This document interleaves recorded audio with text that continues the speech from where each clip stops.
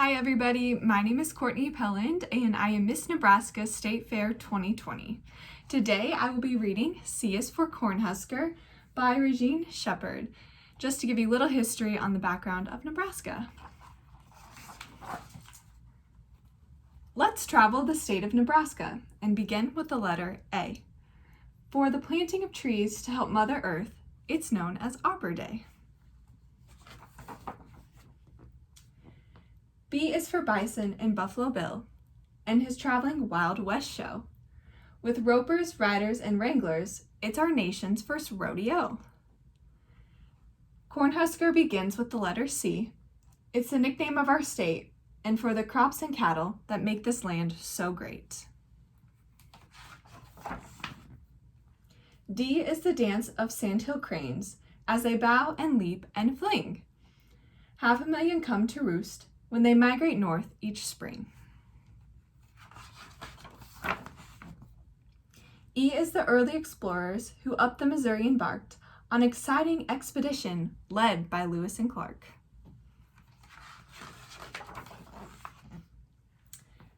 F is for Field Wolf Folsom, the tall tale of our state. He made a beeline for the border, and that's why it is so straight. G. Great Plains begins with the letter G, where homesteads toiled the land of 160 acres that were cultivated by hand. H is for the horses on the Pony Express and the men who braved the ride. They delivered mail in record time across the countryside. Ice Age begins with the letter I, for its prehistoric mammals as they thundered across the plains. There were mammoths, rhinos, and camels. Now J is the pioneer's journey. In wagons they traveled west. On the Mormon and Oregon trails, they began an adventurous quest. There's a delicious drink that begins with K, and Kool-Aid is its name. With so many colors and flavors, it's one of Nebraska's claims. Let's visit the capital city, which begins with the letter L. Named for our 16th president, it's Lincoln, couldn't you tell? M is a museum and a monument that spans across the road, welcoming visitors to our state with history to be told. N is the Niobrara, a popular summer spot for floating down the river when the weather gets too hot. O is the city of Omaha, with its Boys Town home and school. Founded by Father Flanagan there, love is the golden rule. Pow Wow begins with the letter P. It's a cultural celebration with colorful regalia and tribal dancing of the Native American nations. Q is a quilt of many designs, a history woven in thread, weaving its tale of long ago as it lays upon the bed.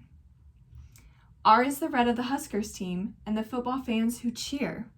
Go Big Red in the stadium. It's an amazing sound to hear.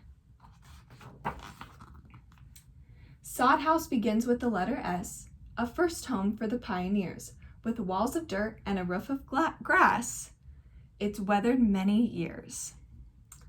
Tornadoes and twisters begin with T, as they toss and turn and twirl. Spiraling winds blow out of control when up and when they whirl. Now it's clickety-clack down the railroad track and on to the letter U. For the trains of the Union Pacific with their cars and freight and crew. V is for the canteen volunteers who served during World War II. As 6 million soldiers were greeted and fed when their trains came passing through. Let's visit the letter W for skyscrapers of the prairie.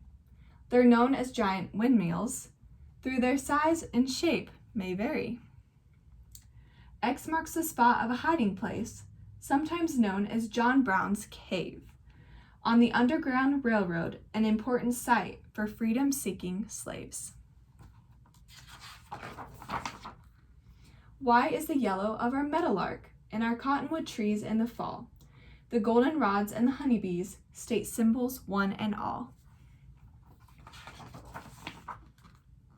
Our journey ends with the letter Z for the Henry Dorley Zoo, where rainforests, deserts, and night creatures are waiting just for you. As I've traveled the state of Nebraska and journeyed from A to Z, I've discovered so many treasures, so much to do and see. But of all the wonderful sights and the history that abounds, the spirit of Nebraskans is the greatest treasure I've found. The end. Thank you guys for reading with me today, and I hope to see you again.